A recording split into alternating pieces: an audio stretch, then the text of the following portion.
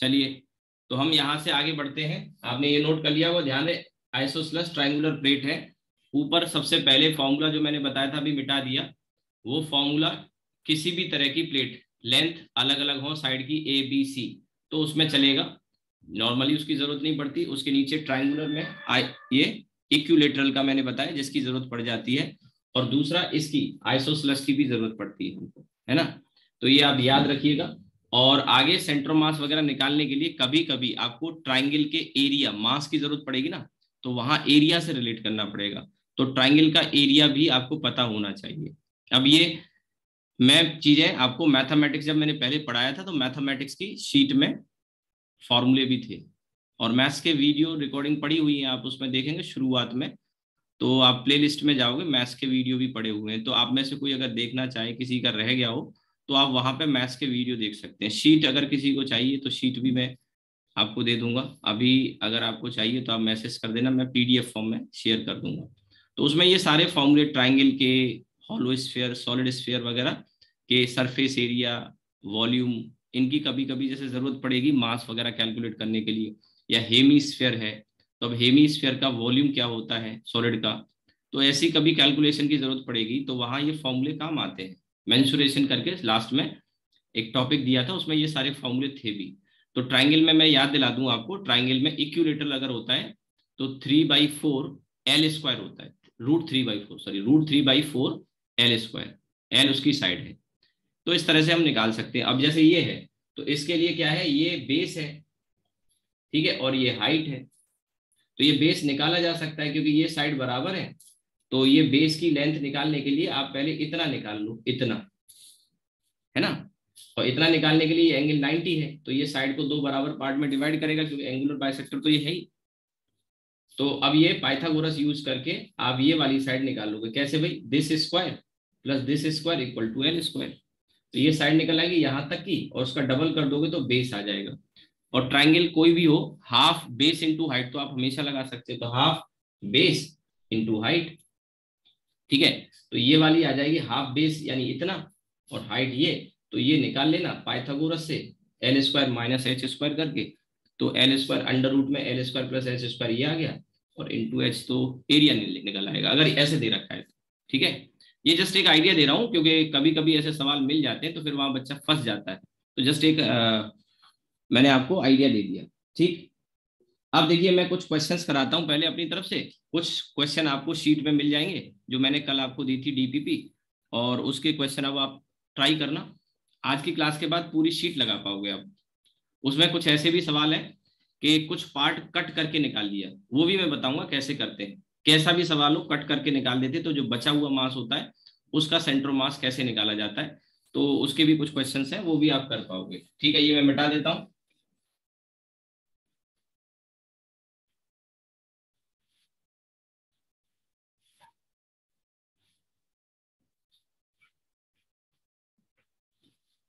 तो अब देखिए इसमें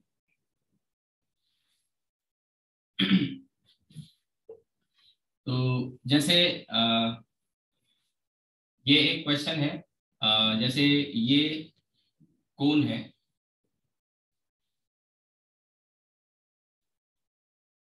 और कोन के ऊपर ये आजकल शादियां वगैरह चल रही हैं, हो सकता है आप भी अटेंड कर ही रहे होगे।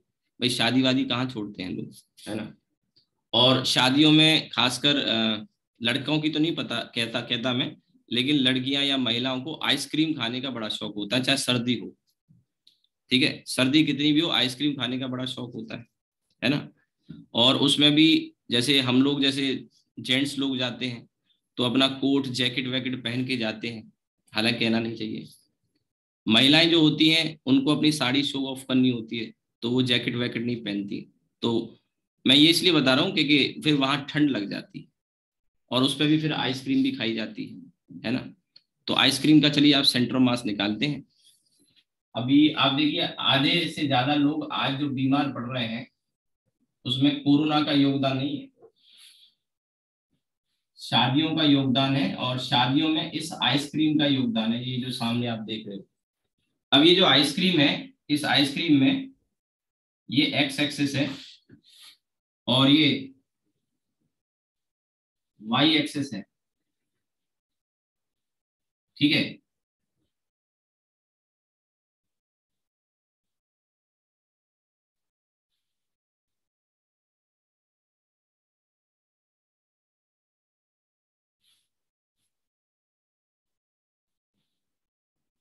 ये वाई एक्सेस है और ये आइसक्रीम इसमें अंदर तक भर के दी है आपको, है ना।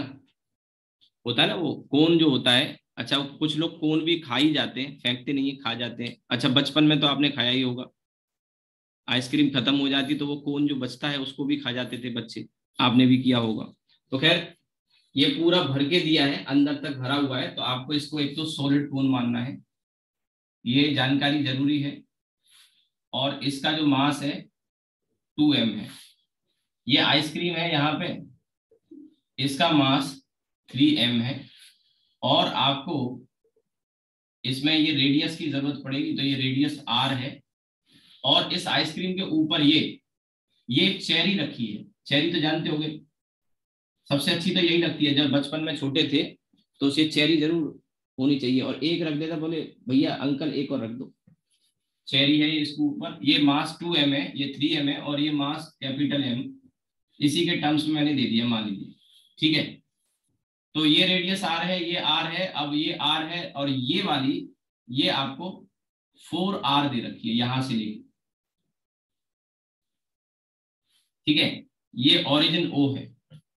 तो आपको बताना है फाइंड लोकेशन ऑफ CM। अब लोकेशन ऑफ CM से मेरा मतलब है कि आप बता सकते हैं कि सेंटर मास कहां हो सकता है आपके हिसाब से।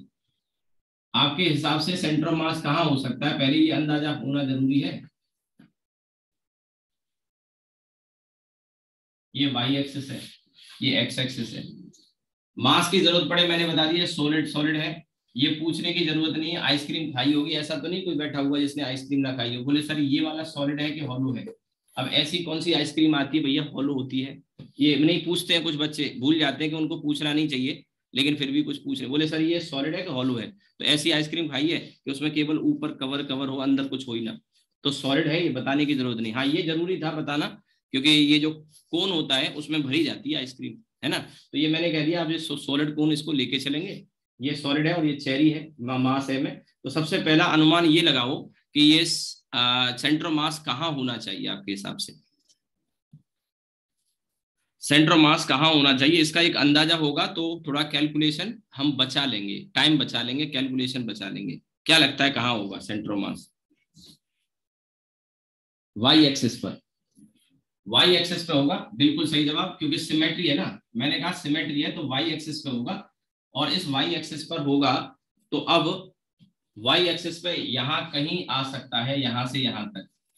तो हमको क्या करना है कि हमको इसमें एज्यूम करना है, हमको इसमें एज्यूम करना है कि ये तीन अलग अलग मास हैं। मैंने पहला ही क्वेश्चन थोड़ा टफ कर दिया है, तीन अलग अलग मास हैं। अब तीन अलग अलग मास से मतलब एक सॉलिड कोन है, और एक ये सॉलिड हेमीस्फेयर है, और एक ये चेरी है, ठीक है। तो अब इसको पूरे सेंटर मास वो पॉइंट होता है जहां सारा का सारा मास रखा हुआ मान सकते हैं। तो आप मुझे बताइए चेरी का सारा मास M तो अपनी जगह पे ही होगा कि नहीं होगा चेरी का। और चेरी के मास की लोकेशन 0, कितना भैया, देखो यार यहां से 4r और यहां से r मिला के 5r पे चेरी का सेंटर मास होगा। एग्री करते होगे मेरे ख्याल से, ठीक है। इसी तरह से इसका, अच्छा एक चीज और, मैंने लोकेशन पूछा है लेकिन आप जानते हैं कि हमें केवल YCM निकालना है। YCM क्यों? क्योंकि सेंटर मास वाई एक्सिस पे होगा तो XCM तो होगा ही नहीं, या मैं कहूं XCM 0 होगा। भाई एक्स कोऑर्डिनेट वाई एक्सिस पे क्या होता है, 0 होता है। तो XCM निकालने की जरूरत नहीं, केवल क्या निकालना है, YCM। तो YCM का फॉर्मूला लगाएंगे तो M1Y1 plus M2Y2 plus M3Y3। ये तीन क्यों लिए पता है? क्योंकि तीन है, 1 2 और 3, तीनों को अलग अलग लेके सॉल्व कर डालेंगे। तो लेकिन उसके लिए पहले इनकी इंडिविजुअल लोकेशन तो पता हो, वही मैं कर रहा हूं यहाँ पे। अब देखिए सॉलिड कोन के लिए अभी थोड़ी देर पहले मैंने बताया था, सॉलिड कोन के लिए बेस से h/4 की हाइट पे था, ध्यान रहे बेस से। तो सॉलिड कोन है ये और इसका बेस ये है, ये नहीं बेस ये है, और इससे h/4 की हाइट पे, तो इसकी h कितनी है 4r, एच कितनी है 4r, तो 4r है और उसका h/4 यानी 4r/4 यानी कितना r, तो r इधर से होगा, r इधर से होगा, तो इधर से कितना हुआ, इधर से कितना हुआ 3r। बोलो, ये आपका मास है 2m का और कहां पे रखा है 0,3r पे। मेरी बात शायद समझ में आई हो। हाइट 4r दी है मैंने इसीलिए क्योंकि h/4 होता है बेस से, h/4 यानी इधर से 4r/4 यानी r इधर से, तो इधर से 3r, तो 0,3r। अब बारी आती है इसका सेंटर मास, तो ध्यान से समझिएगा, इसका सेंटर मास यहां से सॉलिड है ये, तो सॉलिड में 3r/8 होता है, कितना 3r/8। और ध्यान रहे ये 3r/8 तो यहां तक यहां पर है, जबकि मुझे यहां से डिस्टेंस लिखना है क्योंकि कोऑर्डिनेट लिखने, तो इसका सेंटर मास यहां कहीं है और ये मास 3m है, तो इसके कोऑर्डिनेट जब मैं लिखूंगा तो यहां से समझो, यहां से 4r तो यही हो गया, 4r में 3r/8 और ऐड कर देंगे। मैं क्या कह रहा हूं 4r में 3r/8 और ऐड कर देंगे, 8 4 32 और 3 35, 35r/8 ये आ गया, 35r/8 आ गया। ठीक है, यहां तक अगर निकाल लिया ना तो अब कोई मुश्किल नहीं है, ये मेन काम यही था, मेन काम यही था। अब YCM का फॉर्मूला m1y1 m2y2 और m3y3 upon m1 plus m2 plus m3। अब इसके बाद m1 यहीं से शुरू करते हैं, नीचे से शुरू कर लेते हैं। तो ये पहला मास 2m, पहला मास 2m और इसकी लोकेशन 3r। फिर दूसरा मास 3m और इसकी लोकेशन 35r/8 और अगला, ठीक है, अगला ये है आपका m और इसका है ये 5r और डिवाइडेड बाई टोटल मास। तो टोटल मास भैया 2 3 5 और एक 6m हो गया, और m सब में से कॉमन ले लो और इसके काट लो। आई थिंक फिर आगे तो आप कर ही लोगे, आई होप सो। ठीक है, कैलकुलेशन है, इसके बाद आप कर लोगे। तो जैसे ये आ गया ऊपर 6r ये आ गया, और ये 35 और 3 105 105r/8 प्लस वो 5r ये हो गया और डिवाइडेड बाई 6। ये आगे तो बस 8 का इधर मल्टीप्लाई कर लेना, इधर कर लेना, और नीचे 48 थोड़ा बहुत सिंप्लीफाई हो जाए तो देख लेना। ठीक है, इसमें हम ये भी कर सकते थे कि जैसे इसका मास हम 3m ले लेते मान के चलो, और ये 2 ले लेते, तो यहाँ थोड़ा 2 आने से ये थोड़ा कट जाता, थोड़ा सा इजी हो सकता था, और अदरवाइज कुछ नहीं। खैर एनीवे, ये सॉल्व करके आप देख लेना, इतना तो आगे कर लोगे। मेन चीज जो था फिजिक्स जो था वो फिजिक्स यहीं तक थी, बाकी ये आगे कर ही लोगे। इसमें कई बच्चों ने ये आंसर करिए किया है, भेजा है। एक आंसर है इसमें 193r/48, चेक कर लो भाई। ये एक आंसर मनीष ने भेजा है, ये आ रहा है, आप चेक कर सकते हैं, बाकी लोग भी।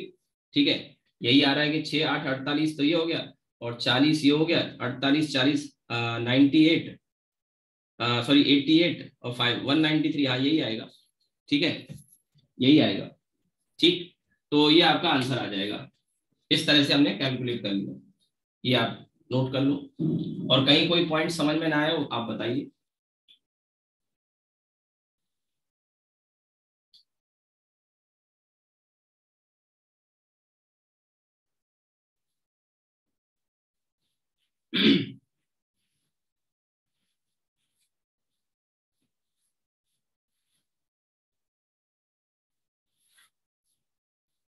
ठीक है, तो सिमेट्री का हम यूज कर लिया, सिमेट्री वाई एक्सिस के अबाउट थी, तो वाई एक्सिस पे वाई कोऑर्डिनेट ही मिलेगा, एक्स नहीं मिलेगा, तो एक्ससीएम 0 होगा, तो इस तरह से एक्स को निकालने की जरूरत नहीं है। और अगर आप रखते भी तो क्या एक्स की वैल्यू यहाँ पे जैसे फॉर्मूला है m1y1 ऐसे ही होता है m1x1 m2x2 m3x3, तो अब यहाँ x1 x2 x3 सब 0 है, तो वो रखोगे तो 0 ही आ जाता, पर करने की जरूरत नहीं है, टाइम भी तो बचाना है। चलिए नोट कर लिया होगा, नहीं तो स्क्रीनशॉट ले लो आप इसका, इसे सॉल्व करने के बाद ये आंसर आएगा। ठीक है, मिटा रहा हूं मैं इसको।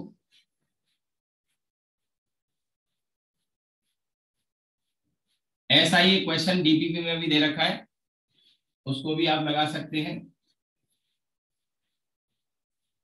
ये मैं आपको कुछ क्वेश्चन प्रैक्टिस के लिए करा रहा हूं। अब जैसे मान के चलिए एक क्वेश्चन इस तरह से है, एक ये रॉड है और दूसरी एक ये रॉड है, दोनों की लेंथ L और L है, लेकिन दोनों के मास बराबर नहीं है। ये 2m है और ये m है। एक x एक्सिस के अलोंग पड़ी है और एक y एक्सिस के अलोंग पड़ी है। ठीक है, मास बराबर नहीं है, लेंथ बराबर है, इसका मतलब इनके मटेरियल अलग अलग होंगे, डिफरेंट मटेरियल की रही होंगी। ठीक है, तो आपको कोऑर्डिनेट्स बताने हैं सेंटर मास के। ये ओरिजिन हो जाएगा, ये x एक्सिस है, ये y एक्सिस है, ये m मास की, ये 2m मास की, लेंथ बराबर है। Coordinates of CM, centre mass के कोऑर्डिनेट कहाँ होंगे ये आपको बताना है। ठीक है, इजी क्वेश्चन ही है, ज्यादा टफ नहीं है। पहले मैंने वो वाला दे दिया था, ये तो आसान है। अब जैसे इसमें भी क्या करना है, पूरी रॉड को ना लेके पूरी रॉड को एक पॉइंट मास से रिप्लेस कर लेंगे। पूरी रॉड को एक पॉइंट मास से, क्या मतलब है इसका? इसका मतलब है कि ये जो रॉड है इसका सेंटर मास यहाँ होगा बीचों बीच में, और इसका भी सेंटर मास यहाँ होगा बीचों बीच में। तो ये बीचों बीच का मतलब है कि इस पॉइंट की लोकेशन इधर से L/2, तो इसके कोऑर्डिनेट जो होंगे वो L/2, 0, और इधर से इसका भी डिस्टेंस L/2 होगा, तो इसके 0, L/2। अब देखिए, अंदाजा लगाना हो तो हम अंदाजा ये लगा सकते हैं कि इन दोनों को ज्वाइन करने वाली ये जो लाइन है, क्योंकि ये जो पॉइंट मैंने मेंशन किए हैं ये सेंटर मास हो गए इंडिविजुअली, इस रॉड का और इस रॉड का। सेंटर मास वो पॉइंट होता है जहां सारा का सारा मास रखा हुआ मान सकते हैं। तो अब इस पूरी रॉड का 2m यहाँ और इसका m यहाँ, और इन दोनों को कनेक्ट करने वाली लाइन पे कहीं आएगा, कहीं। अब ये जो कहीं है, तो क्योंकि 2m इधर है और m इधर है, तो सेंटर मास बीचों बीच में ना आके इसके ज्यादा करीब आएगा, इसके। तो ये सेंटर मास की लोकेशन होगी। ठीक है, तो ये सेंटर मास के कोऑर्डिनेट आपको फिर निकालने हैं। ठीक है, तो अब यहाँ पे देखिए, हम XCM लिखेंगे और हम YCM लिखेंगे, दोनों ही आएंगे। आप देख सकते हैं अंदाजा हमने लगाया, तो ये यहाँ कहीं आ रहा है, इसमें ये y एक्सिस है, ये x एक्सिस है, तो x भी आएगा और y भी आएगा। तो XCM YCM दोनों निकालेंगे। तो अब यहाँ फॉर्मूला होगा भैया m1x1 m2x2 और अपॉन m1 प्लस m2। ठीक है, अब m1x1, तो ये वाली रॉड को मैं m1 कह रहा हूं, तो इसका मास है 2m। ठीक है, इसका मास है 2m, और इसका x1 यानी कि इसका सेंटर मास, इसका रॉड का, तो x1 यानी ये L/2 प्लस m2 यानी ये, इसका मास है m, और इसका सेंटर मास का कोऑर्डिनेट 0 है, 0, तो ये 0 डिवाइडेड बाई टोटल मास, तो टोटल मास है 2m प्लस m चला गया, इससे ये भी कट जाएगा, है ना, ये तो 0 ही हो गया, और ऊपर केवल L बचा, और नीचे 2 + 1 3, यानी ये आ गया L/3। ठीक, कहीं कोई स्टेप में दिक्कत हो आप बताइएगा। इसी तरह से m1 y1 और m2 y2 upon m1 plus m2 ऐसे लिख लेंगे, और इक्वल टू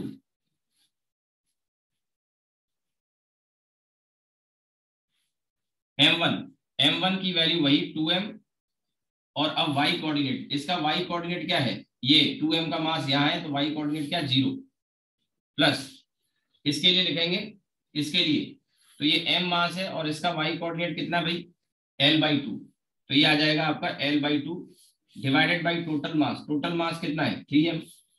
ठीक है, m तो चला गया, ऊपर L/2 और नीचे 3 बचा, ये तो 0 हो गया ना, तो ये कितना आ गया L/6, ये YCM आ गया। तो आपके पास दोनों के कोऑर्डिनेट आ गए। ठीक है, दोनों के कोऑर्डिनेट आ गए, एक आ गया L/3 और एक आ गया L/6। ठीक है, इसी सवाल को दूसरे तरीके से पूछता, यही होता क्वेश्चन, लेकिन पूछता कि सेंटर मास की ओरिजिन से डिस्टेंस बताओ, सेंटर मास की ओरिजिन से डिस्टेंस बताओ। इसका मतलब समझे, ये निकालना है आपको, ये ओरिजिन से डिस्टेंस बताओ। तो ये कोऑर्डिनेट जो निकाल लिए ना, इसी से आपको मिल जाएगा। कैसे? पाइथागोरस थ्योरम यूज करके। पता है, क्योंकि इस सेंटर मास के जो कोऑर्डिनेट आए ना, ये L/3, L/6, मैं दोनों पॉसिबिलिटी बता रहा हूँ। कई बार क्या होता है, बच्चा ये निकाल लेता है, अब उसके आगे उसे समझ नहीं आ रहा है कि सेंटर मास का डिस्टेंस ओरिजिन से कैसे निकाले। इजी है पर नहीं क्लिक करता है, कई बार ऐसा होता है। तो अब इसके लिए देखिए, ये जो इस पॉइंट के डिस्टेंस यहां से निकालना है, तो आप एक काम करो, एक लाइन ऐसे खींचो और एक लाइन ऐसे खींचो, एक लाइन ऐसे और एक लाइन ऐसे। ये जो डिस्टेंस है ये L/3 होगा कि नहीं होगा? और ये जो डिस्टेंस है ये वाला जगह नहीं है, तो ये L/6 हो जाएगा। और ये एंगल क्या भैया? 90। तो पाइथागोरस लगा सकते हैं कि नहीं?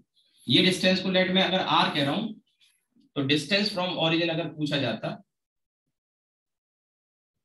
डिस्टेंस फ्रॉम ओरिजिन, तो R की वैल्यू क्या आ जाती? अंडर रूट में x का स्क्वायर प्लस y का स्क्वायर, यानी कि L/3 का होल स्क्वायर और L/6 का होल स्क्वायर, जिसमें से L/3 का स्क्वायर बाहर ले सकते हो आप, है ना, और ये सॉल्व कर लेंगे। या L/6 को बाहर ले लो, तो L/6 बाहर आ जाएगा, और इसमें 2 का फैक्टर 4, 5, तो अंडर रूट 5L/6 ये आ जाता, अंडर रूट 5L/6। ठीक है, तो ये भी एक सवाल बन जाता है, इस तरह से पूछ लेगा। तो this square plus this square, same question है, पूछने का तरीका अलग है। ठीक है, आप नोट कर लो इसको।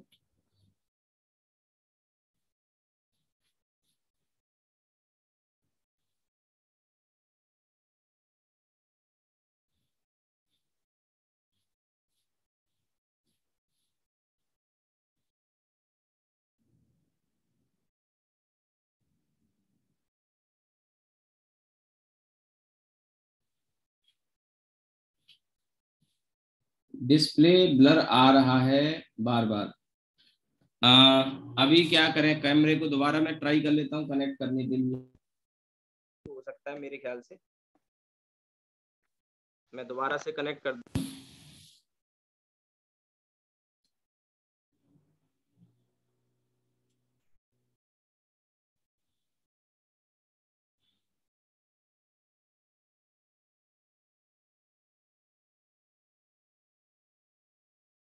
ठीक है, अभी देखिए मैंने दोबारा से कैमरा को कनेक्ट कर दिया है। अब डिस्प्ले ब्लर मेरे ख्याल से इससे बेहतर हो नहीं सकता।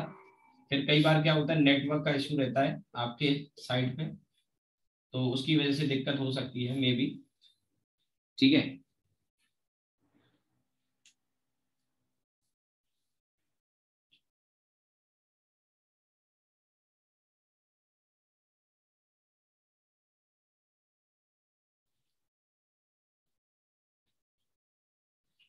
चलिए, तो ये आपने नोट कर लिया होगा। आगे बढ़ते हैं हम, और क्वेश्चन देखते हैं। मिटा दूं इसको मैं? स्क्रीनशॉट ले लिया करो, सबसे पहले जरूरी है स्क्रीनशॉट आपने।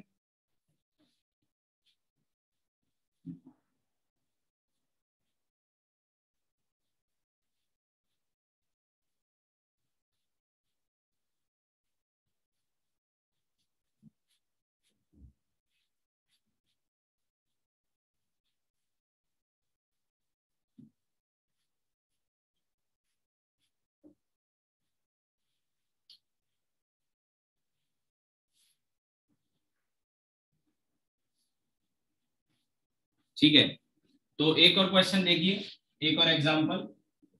ये एग्जांपल आपको HC वर्मा में मिल जाएगा बुक में। क्वेश्चन ये है कि सेवन सेवन आइडेंटिकल ब्रिक्स हैं क्या?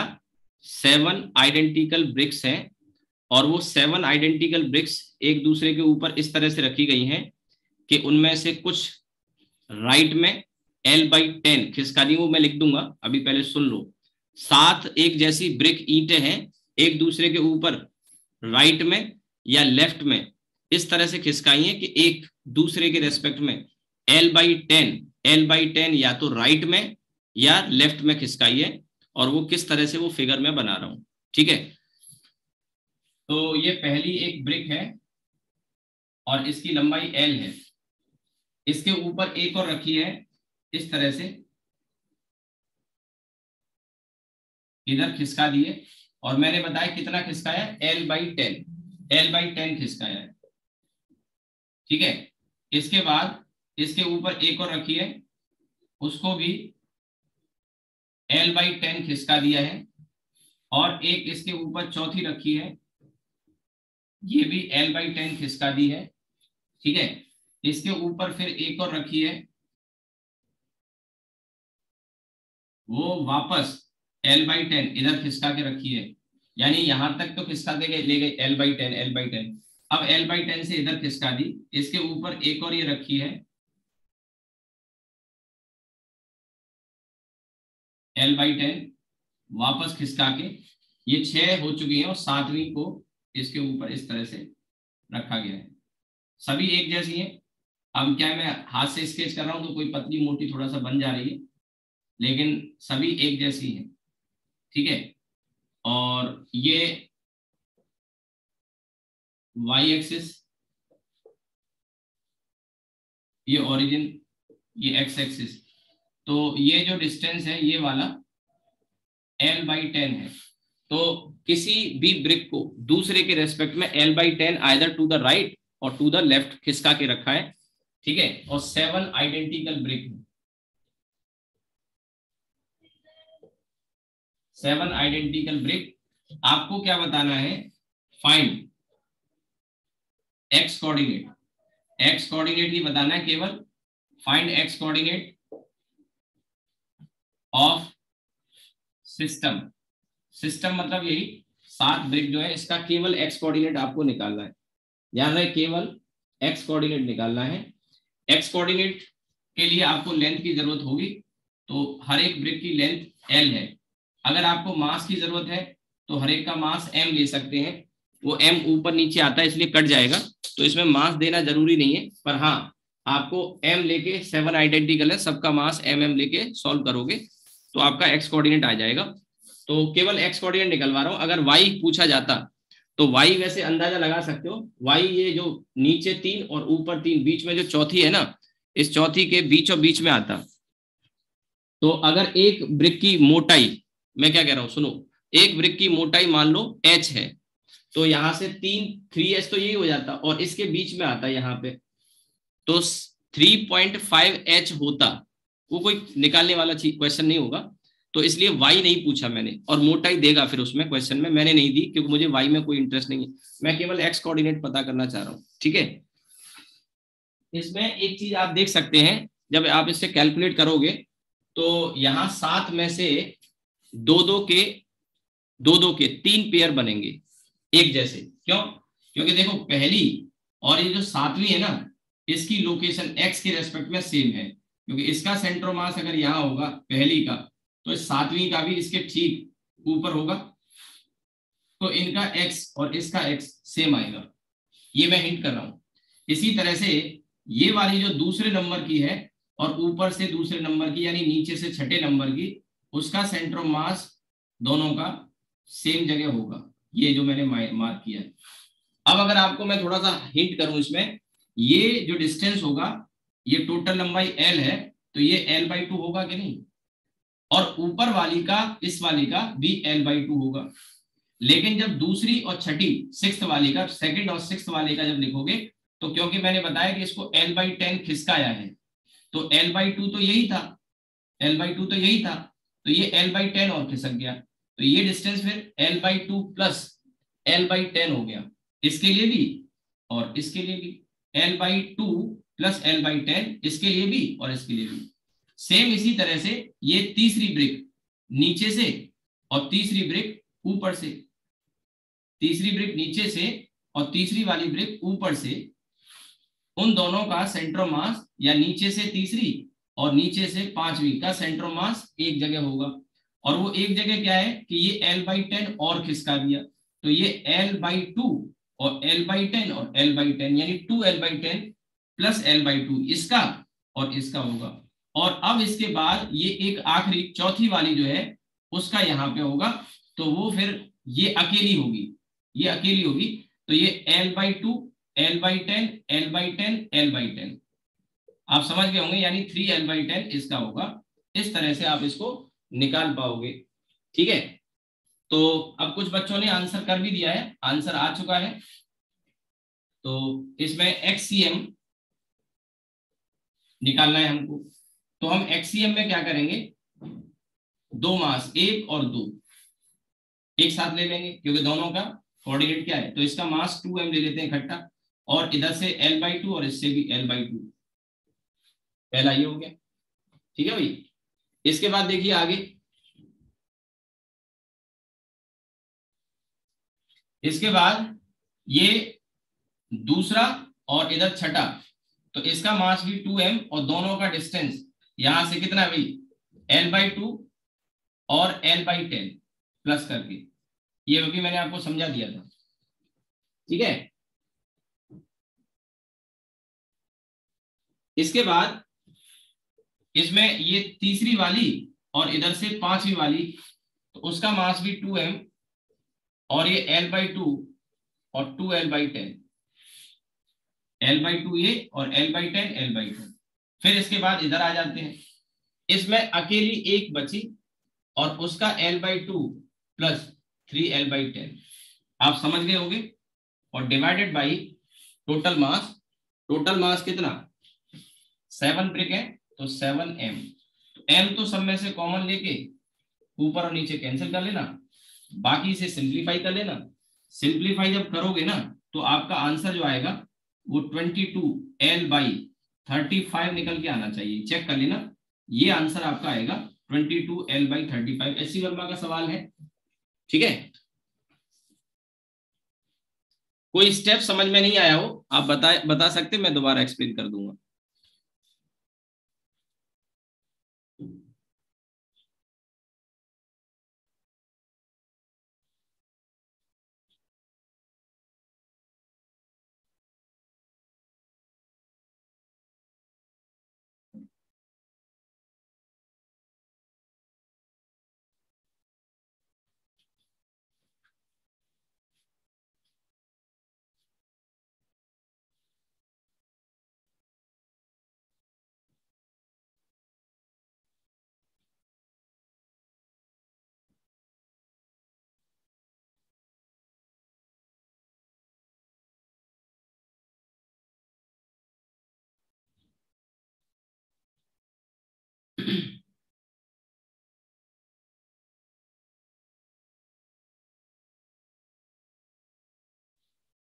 ठीक है, तो चलिए आगे बढ़ते हैं। आपने नोट कर लिया होगा, आप चाहें तो स्क्रीनशॉट ले सकते हैं इसका।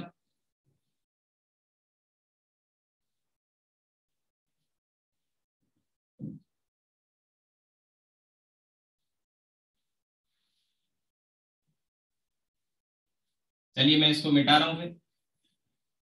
अब इसमें देखिए, इस तरह के क्वेश्चन तो आपको समझ में आ गए, 2-3 क्वेश्चन मैंने जैसे अभी करा दिए, और प्रैक्टिस के लिए शीट मैंने आपको जो दे रखी है,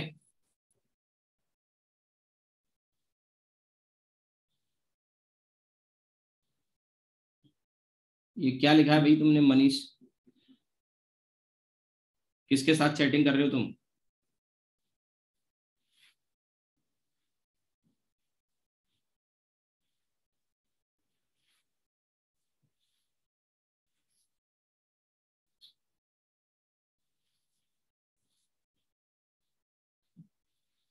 आप देखिए इसके आगे,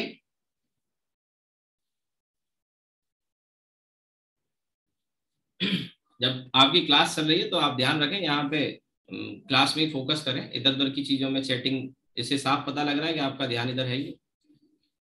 अब देखिए इसमें कभी कभी क्वेश्चन इस टाइप के होंगे, अभी तक हमने जो ये क्वेश्चन डिस्कस किए आपने देखा, इसमें 2 या 3 ऑब्जेक्ट को मिला के कोई ऑब्जेक्ट बनाया गया, जैसे अभी वाले में 7 ऑब्जेक्ट को मिला के बनाया गया। इससे पहले वाले क्वेश्चन में 2 रॉड को मिला के बनाया गया सिस्टम। उससे पहले वाले में आइसक्रीम वाला जो क्वेश्चन था, उसमें 3 ऑब्जेक्ट, सॉलिड कोन, सॉलिड हेमिस्फीयर और उसके ऊपर एक पॉइंट मास चेरी, छोटा सा पॉइंट मास था, उसको मिला के बनाया गया। तो मिला के बनाया गया, तो वहां पे हमने m1x1 plus m2x2 plus m3x3 इस तरह से लिखा। लेकिन कभी कभी क्या होता है, इसमें से कोई ऑब्जेक्ट दिया होगा, उसमें से कुछ काट के, बजाय मिलाने के काट के निकाल दिया जाता है।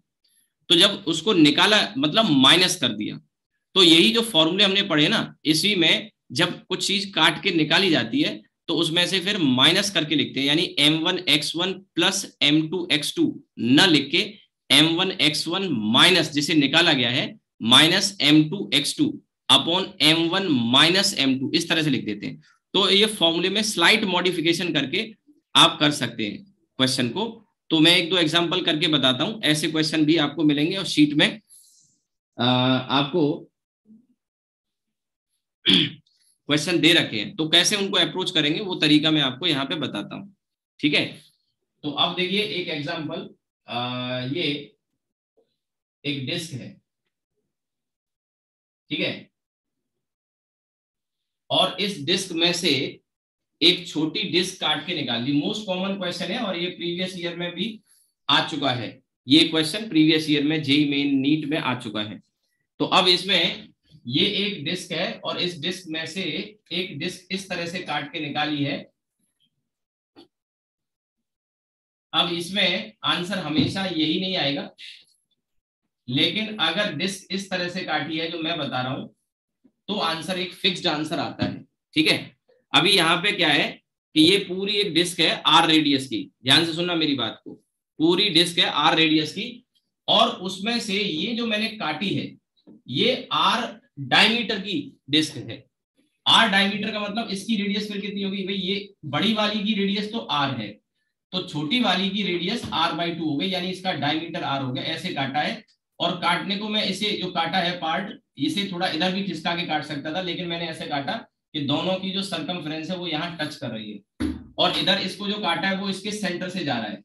ठीक है, तो अब जो बचा हुआ पार्ट है ये वाला, ये जो बचा हुआ पार्ट रह गया, इसका सेंटर ऑफ मास पूछता है, इसका सेंटर ऑफ मास कहाँ होगा और लोकेशन पूछेगा। तो कुछ गैस वर्क भी इसमें काम आता है, और वो गैस वर्क मैं पहले बताऊंगा, सॉल्व बाद में करेंगे। ठीक है, कैसे निकालेंगे वो प्रोसेस भी हम समझेंगे। स्टैंडर्ड क्वेश्चन है, इसका आंसर भी स्टैंडर्ड है, अभी मैं आपको बताऊंगा, और आगे के लिए आप इसके आंसर को ध्यान रख सकते हो, रट सकते हो नेक्स्ट टाइम के लिए। ठीक है, क्योंकि ये क्वेश्चन के रिपीट होने के चांसेस होंगे, लेकिन ये आंसर जो आए